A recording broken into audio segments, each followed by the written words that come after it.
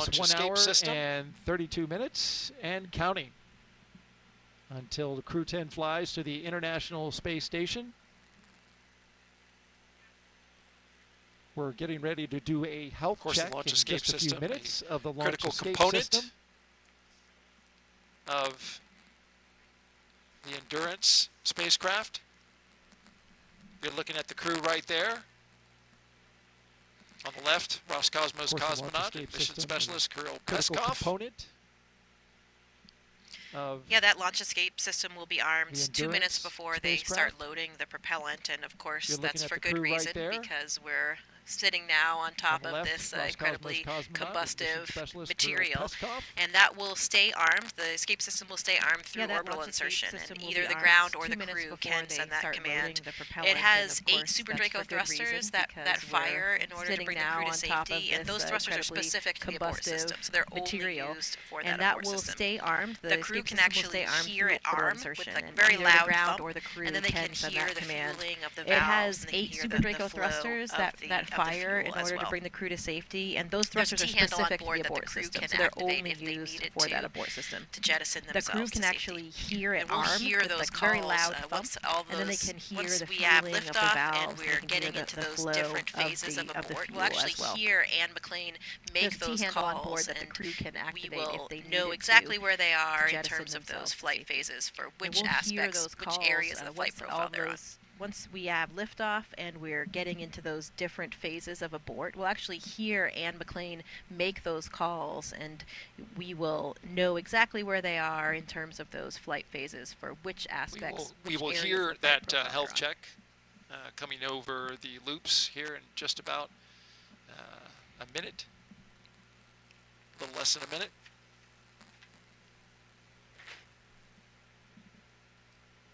We will hear that health check coming over the loops here in just about. You know, we think about these abort systems, and certainly it's something that we never want to have to use. But when we do have the few occasions when we do use them, it's actually an incredible test and gives us a lot of faith in these systems. You know, we think about these abort systems, certainly it's something that we never want to have to use. Dragon half a mile when we do have the few occasions when we do use them, it's actually an incredible test. It gives us a lot of faith in these systems. I imagine in training, you've got to be ready for those kind of Gs. Yeah, absolutely. We have some centrifuge training. Move Dragon half a mile in only 7.5 seconds, equivalent to a peak velocity of 436 miles per hour.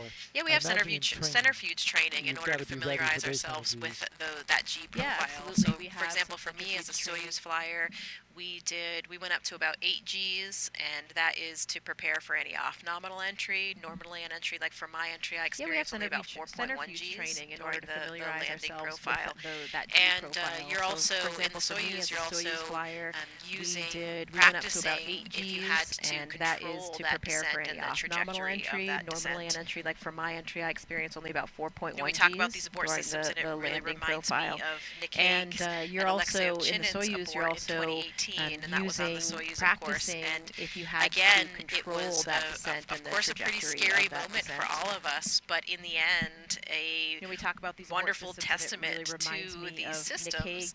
This is why they exist, and in that case, there was a problem with a rocket, and it happened at about 30 miles up. They went up to about 50 miles. Scary moment for all of us, but in the end, they experienced wonderful testament to 7 to Gs, and then they came back safely to the Earth. Why they exist, and in pretty that interesting case, test of that. Again, not something we ever want to use, happened at about 30 miles up. They went up to about 50 miles, and after the escape system had fired, they experienced around 6.5 to 7 Gs, and then they came back safely to the Earth. So, pretty interesting test of that. Again, not something we ever want to use, but certainly something that's a very vital component to all of these launch systems. Yeah, I remember it very well as well. We were in Russia. I was training for my flight. I was there with Christina Cook as well, and we were viewing it from a small control room that we have at the Gagarin Cosmonaut Training Center. So full story on that. Yeah, I remember it very well as well. We were in Russia. I was training for my flight. I was there with Christina Cook as well, and we were viewing it from a small control room that we have at the Gagarin Cosmonaut Training Center. He was back with us at the cottages in which we live in Star City in a very short amount of time, and I remember coming back from class and jumping off my bicycle, and both Christina and I ran over to him and just gave him the biggest hug. The ordinary. It just seemed so and I'll strange never forget to that see him moment back when Nick was there back. I mean, he was back with us at the cottages in which we live in Star City in a very short amount of time. And I remember coming back from class and jumping off my bicycle, and both Christina and I ran over to him and just gave him the biggest hug. And it just seemed so strange to see him back there when, we knew that he was supposed to be leaving the planet for quite some time, and that was just, the day prior.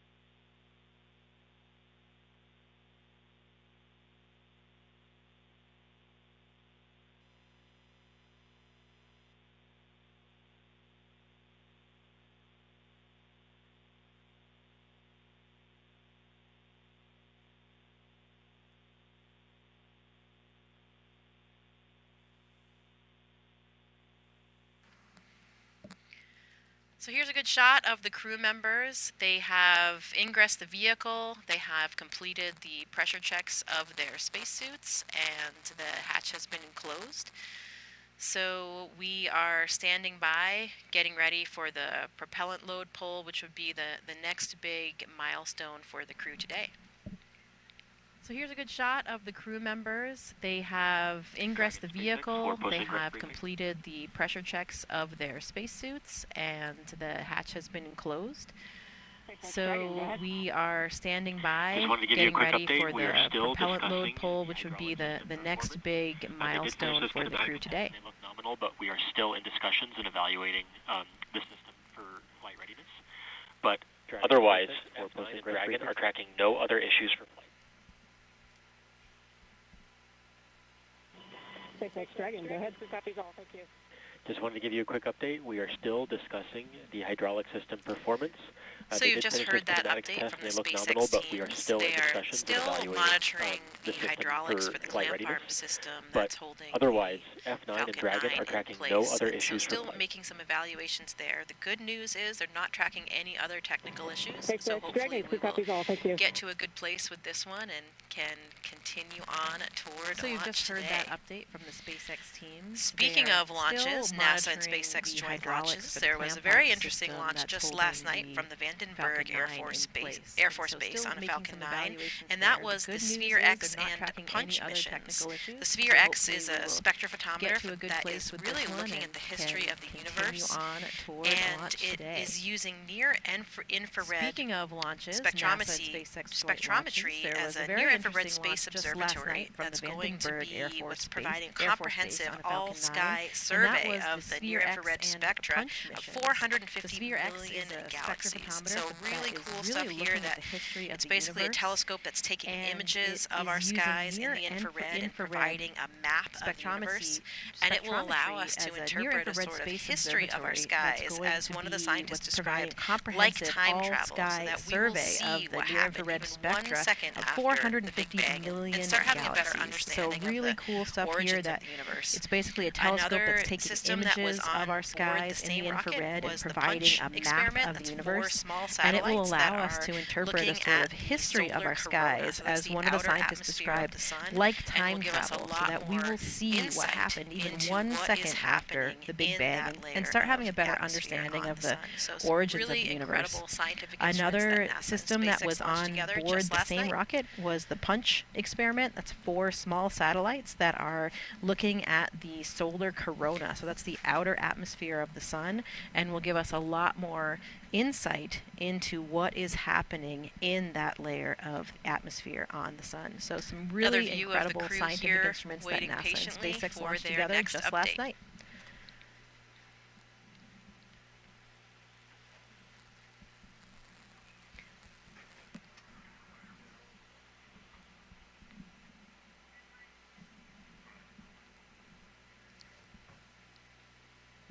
Another view of the crew here waiting patiently for their next update.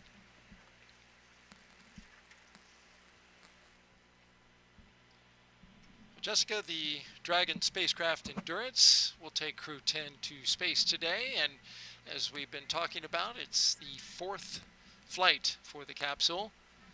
Since its first flight in 2021 for Crew 3, SpaceX's Endurance Dragon has been a workhorse for NASA's Commercial Crew program, flying mission after mission. Jessica, it has safely carried astronauts to the International Space Station. With Crew 7, Endurance proved its reliability yet again, marking its 3rd journey to orbit. In all, Endurance has flown 10 astronauts and 2 cosmonauts to and from the International Space Station. Endurance Dragon has been a workhorse for NASA's Commercial Crew program, JAXA, flying mission and after Roscosmos. mission. It has safely carried astronauts to the International Space Station. With Crew 7, Endurance proved its reliability yet again, marking its 3rd journey to orbit. Until in all, liftoff Endurance has flown on a 10 Falcon 9 astronauts rocket and to the 2 International cosmonauts Space Station. to and from the International Space Station. And it supported crews from 1 astronaut NASA, and 1 ESA, cosmonaut JAXA, will be the and latest Roscosmos. crew to fly as part of the NASA Commercial Crew program. And the program uses private at companies 1 hour to transport and 19 people minutes to and from until the orbiting liftoff lab of Crew 10 on a US Falcon soil. 9 rocket to the International Space Station. We've had a good countdown so far. 1 astronaut Weather and is 1 cosmonaut will be almost the perfect, latest crew to fly 95% as part go. of the NASA Commercial Crew We program. do have an issue that SpaceX is looking the program at on uses the ground private side. companies to transport people to and It from has to do with the orbiting hydraulic lab system from for US the soil. clamp arms, one of the clamp arms. Clamp arms We've had a hold good the countdown Falcon so 9 far. rocket to the Weather transporter is Rector. almost perfect, 95% go. They will be giving, they have been giving the crew we do have an inside issue that SpaceX is Endurance looking at on the updates ground side as they've been going along. It has to do with the hydraulic And they're going to system give them for another the update clamp here arms, soon. one of the clamp arms. Clamp arms We know hold that the they also let the Falcon 9 crew know rocket that they would to be the transporter testing that Rector. hydraulic system. They will be giving. No they have been giving danger the to crew, the crew at all in order to inside test that system. Endurance updates. So they went ahead and as cycled they've those been going valves. along, They're gathering data and they're going to give them another update here soon. and continuing to work that. We know that they have up they also until let the crew know that they would be testing launch that escape hydraulic system arm, which is T-minus 45 minutes to make a call. No danger to the crew at all in order to test that system. So they went ahead and cycled those valves. They're gathering data and continuing to work that. They have up until the launch escape system arm. Just get inside the spacecraft to make a call. It's pretty calm inside there, as we've been seeing, the crew. But what are you feeling in a moment like this? You know, I think it's probably different for everybody. You know, maybe as the commander and the pilot are probably kind of rehearsing the big things that they're going to be monitoring on those displays. Just inside the I know that for spacecraft, me, in the left seat of the Soyuz, there was calm quite a inside choreography there, and procedures that we're the crew. following every step of the way. And so I was paying very close What do you attention feel to everything that in was a moment happening like on my this? screen. You And know, I think it's probably just different for preparing everybody. You know, maybe to follow as along the and do all commander the and the things that we had pilot are done and all probably the kind of training and all rehearsing of the the big things that they're going to be monitoring on And those displays. we I know that for are me, thinking in the left seat of the Soyuz, about everything that's there going to was happen, quite a you know, thinking choreography about and procedures what that we're happened following every earlier step of today, the saying way. And so goodbye I to was our paying family very members close and, attention to everything that was happening on my most screen. likely, though, I would say really just And, concentrating on the just job at hand, preparing the task at hand, to to really follow intimately along and connected do all the with things that we had everything done in all the that's going on training board and that all of vehicle the through all these simulations. intense simulations that And we've done. And so you are waiting for that next big moment and about ready everything to do that's what you've going been to trained to do. happen. You know, thinking about what happened earlier today, saying goodbye to our family members, and most likely, though, I would say really just concentrating on the job at hand and the task at hand. You are really intimately connected with everything that's going on board that vehicle through all of these intense simulations that we've done, and so you are waiting for that next big moment and ready to do what you've been trained to do.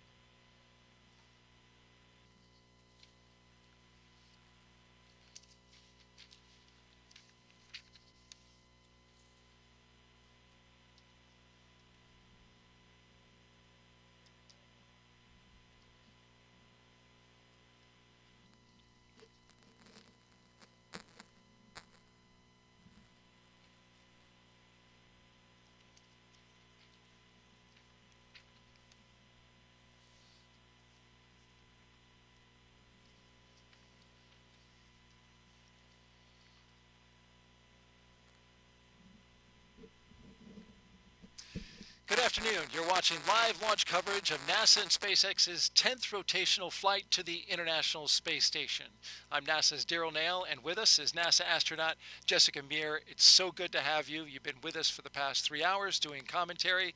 You're back since doing Crew 7, and it's so wonderful to have you here again.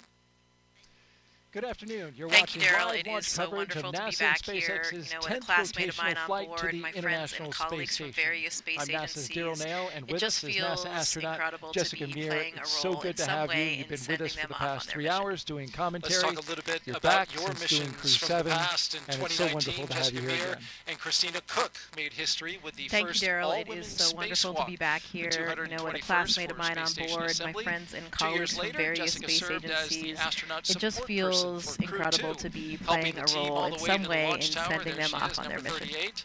Let's talk More a little bit recently, about she was your over at missions Launch from Pad the past. 39B, In 2019, where she Jessica rehearsed Meir with the and Artemis Christina 2 Cook crew. made history Once with again, the first in the role of all-women astronaut support spacewalk, person. the This time, 221st that Forward crew Space was Station practicing Assembly. for their 2 mission years later, around the Jessica moon. served as the astronaut Looks like support you were having person a good for time, Crew though. 2, helping the team all the way to Absolutely. the It's one launch of the best tower. There things she about is, our number job 38. is serving in all More these different recently, she was over at capacities Launch with our Pad buddies along the way, 39B, and where knowing she that we're playing a rehearsed with role the in helping Artemis them prepare 2 for their crew, missions, and once again also just in the role of broadening our astronaut own support skill person. sets for But this whatever we time, might do in the that future. crew was practicing One of the for best their parts, I think, mission about being an around the astronaut, moon. we're just doing different things all Looks the like time. you were having a good lot time, of times are the roles Absolutely, that we fulfill you are know, very it's one of the active. best things You know, about we're our doing jet job training, is serving we're in all these learning different how to use and capacities practicing with our with buddies along the spacesuits, way we're and taking a knowing that Russian we're playing a class, we're role in learning helping them about prepare prepare for their missions, and also just broadening our own skill sets for whatever we might do in the future. So always fun and exciting. One of the best parts, I think, about being an astronaut, we're just doing different things all the time. A lot of times the roles that we fulfill are very active. We're doing jet training, we're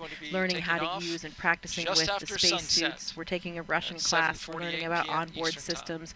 We're testing out something for an entirely new vehicle for the Artemis missions. So always fun and exciting. And we've got some beautiful views that we've been looking at of the launch pad 39A out there tonight, for Jessica. our rocket's going to be taking in off twilight, just after sunset around here for at people 7:48 p.m. launches. Eastern Time. Once that thing gets off the pad, it'll be a little dark on the ground, but very light up high, where the rocket will be doing its separation from the first stage, and see all kinds of rocket exhaust being illuminated by the sun. Tonight, it will Jessica. definitely be a gorgeous view, very special lighting in that twilight period. So it will be quite a show for everybody on the ground here in Florida. Looking forward to watching it with you. Jessica, of course, has been gracious enough to spend the last 3 hours providing her where the insight rocket will be analysis doing about its the pre-launch separation operations from the first stage and see as all we kinds count of down to launch of rocket Crew 10, exhaust being liftoff time illuminated still by the holding sun. for 7:48 It will definitely be a gorgeous Eastern view, time, very special lighting in that twilight period. So it will be quite a show for everybody on the ground here in Florida. Looking forward to watching it with you. Ready to go. Jessica, of course, has been gracious enough to spend the last 3 hours providing her insight analysis about the pre-launch operations and milestones as we count down to launch of Crew 10. Liftoff time still holding for 7:48 p.m. Eastern Time and 57 seconds for those who like to know it right down to the dot. Crew 10. Daryl. Hey, Daryl. I'm Jesse Anderson, a Senior Production and Engineering Manager here at SpaceX. And I'm Anna Schneider with NASA Communications. We're excited to be joining you from Mission Control here in Hawthorne as we count down to liftoff of Crew 10 just over an hour from now. Of course, Crew 10 is our 10th operational mission with SpaceX, flying astronauts for long-duration missions to the International Space Station. Crew 10 will have 2 first-time flyers on board, as well as a veteran NASA astronaut and veteran Japan Aerospace Exploration Agency, or JAXA astronaut, and the multinational crew also represents 3 different space agencies, with NASA, JAXA, and Roscosmos all represented on board. Today's crew will fly aboard the Dragon spacecraft named Endurance, which previously flew the Crew 3, Crew 5, and Crew 7 missions. Overall, this will be Dragon's 46th visit to the space station and its 14th human spaceflight to the orbiting lab, which includes NASA's commercial crew program missions and private astronaut missions with Axiom. And over the last 3+ hours, Crew 10 has been going through the detailed process of getting ready for their mission to the International Space Station. So let's go ahead and take a moment to introduce you to the crew flying today. In the commander seat is NASA astronaut Anne McClain. She's making her second trip to low Earth orbit. The Spokane, Washington native and U.S. Army colonel was selected by NASA as an astronaut in 2013 and has spent a total of 204 days in space, completing 2 spacewalks totaling 13 hours and 8 minutes outside of the orbiting laboratory. Next to McClain in the pilot seat is Nichole Ayers, who was selected as a NASA astronaut in 2021. The Colorado native graduated from the Air Force Academy and is in Colorado Springs and is a major in the U.S. Air Force. This is the first spaceflight for Ayers. Serving as a mission specialist is JAXA astronaut Takuya Onishi. Today's flight will mark Onishi's second trip to the space station, and he was selected as an astronaut by JAXA in 2009, logging 113 days in space previously. Now, to round it all out is Roscosmos cosmonaut Kirill Peskov, also serving as a mission specialist. Peskov was selected as a cosmonaut in 2018 and will be making his first spaceflight today as well. Once on board the International Space Station, Crew 10 will briefly become members of Expedition 72 and then Expedition 73 in April. During their mission, they will conduct space station maintenance along with scientific research to understand material flammability, contributing to future spacecraft design, and study how spaceflight affects human physiology and psychology. The crew will also engage with students worldwide via ham radio and using existing hardware with newly integrated software to test and back up lunar navigation solutions. During their mission, they will conduct space station maintenance along with SpaceX has flown 56 crew members to space since the Demo 2 mission in May Day of 2020, almost 5 years ago. Now coming up here at T-minus 45 minutes, we'll be listening for the team to report their readiness for propellant load with a final go, no-go call. It continues to be a smooth countdown so far. We're looking good for an on-time liftoff at 7:48 p.m. Eastern Time from Launch Complex 39A in Florida. In May of 2020, almost 5 years ago. Now here on the ground, the teams will be stacked around the clock in mission control just behind us to monitor Dragon and the mission, not just today, but throughout the entire mission. And that's from liftoff to Crew 10's arrival at the space station, all the way through splashdown when the astronauts return back home. And on console or headset in mission control, which you can see there on your screen, there are 6 key positions. The mission director is in charge in the room and tasked with making real-time decisions to ensure mission success. Now, the person that you may hear talking to the astronauts is the Crew Operations and Resources Engineer, which you'll hear us refer to as the core throughout the broadcast. And the 4 additional team members are focused on vehicle systems, including avionics, navigation and control, software, propulsion, life support, and communication with ground support teams. Now, apart from mission control, our Falcon 9 team is currently located in the Launch and Landing Control Center at Hangar X, and with less than a minute, just over an hour until launch, they are settling in for final checkouts for belt loading and launch. And NASA has its very own team members as well at NASA's Mission Control Center in Houston, Texas, in preparing the International Space Station for Dragon's arrival. After launch today, Dragon is scheduled to dock to the International Space Station early tomorrow morning on March 13th. And the teams in Mission Control Houston recently gave their go for launch, confirming the space station is ready to receive Dragon and ready for crew.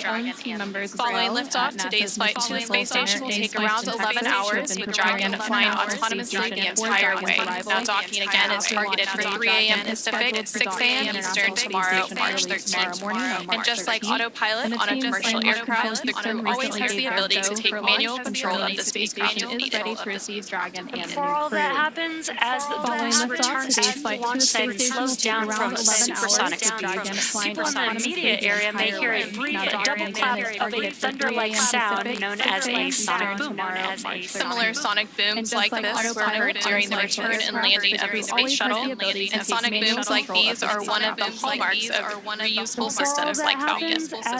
Here's what some of these booster returns have looked and sounded like on previous missions. People in the immediate area may hear a brief double clap of a thunder-like sound known as a sonic boom. Similar sonic booms like this were heard during the return and landing of the space shuttle, and sonic booms like these are one of the hallmarks of reusable systems like Falcon. Here's what some of these booster returns have looked and sounded like on previous missions. I know a lot of people will be excited when they hear the sonic boom. And these are going to provide quite a show when you hear those sonic booms.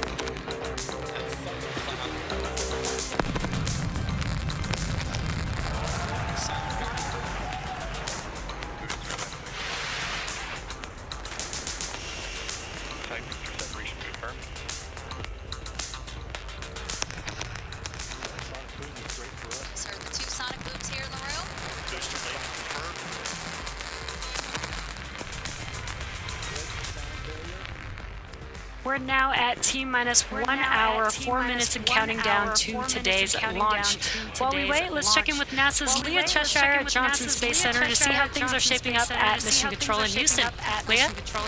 Thanks, Jesse and Anna. I would really love to hear one of those sonic booms in Florida, but today we are here at the Mission Control Center at Johnson Space Center in Houston, Texas. This is really NASA's hub of Houston tech flight. This is really NASA's hub of Houston space flight. The International Space Station is ready for the crew to lift off as they begin their journey to the Orbital Laboratory. Now, in the home stretch of the rendezvous, NASA and SpaceX now enter into integrated operations. This means both flight control integrated operations, a series of go-no-go polls for Dragon Endurance, docking to the space station, rotation missions like Crew 10 help NASA continue to maximize the important research and technology demonstrations made possible only in the International Space Station, unique microgravity environment. The space station is critical for NASA's integrated operations. The space station is critical for destinations and to understand and overcome the challenges for Dragon and spaceflight necessary for a long-term presence on the moon and necessary for a long-term solar system on the moon. Yes, I am talking about Mars.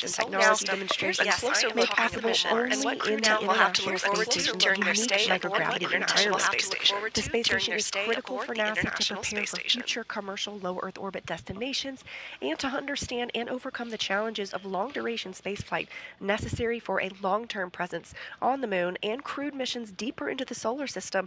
Yes, I am talking about Mars. Now, here's a closer look at the mission and what Crew 10 will have to look forward to during their stay aboard the International Space Station.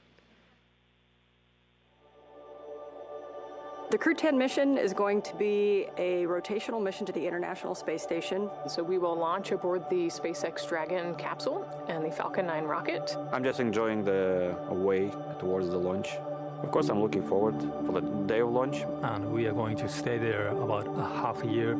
So the first goal of Crew 10 is to continue learning about the Dragon and the Falcon 9 rocket that we're going to be flying on to enable SpaceX to continue their development of rockets and even private astronaut missions in the future. The other mission is to get us safely to the International Space Station so that we can crew this incredible national orbiting laboratory that we have and continue the science experiments that we have ongoing there.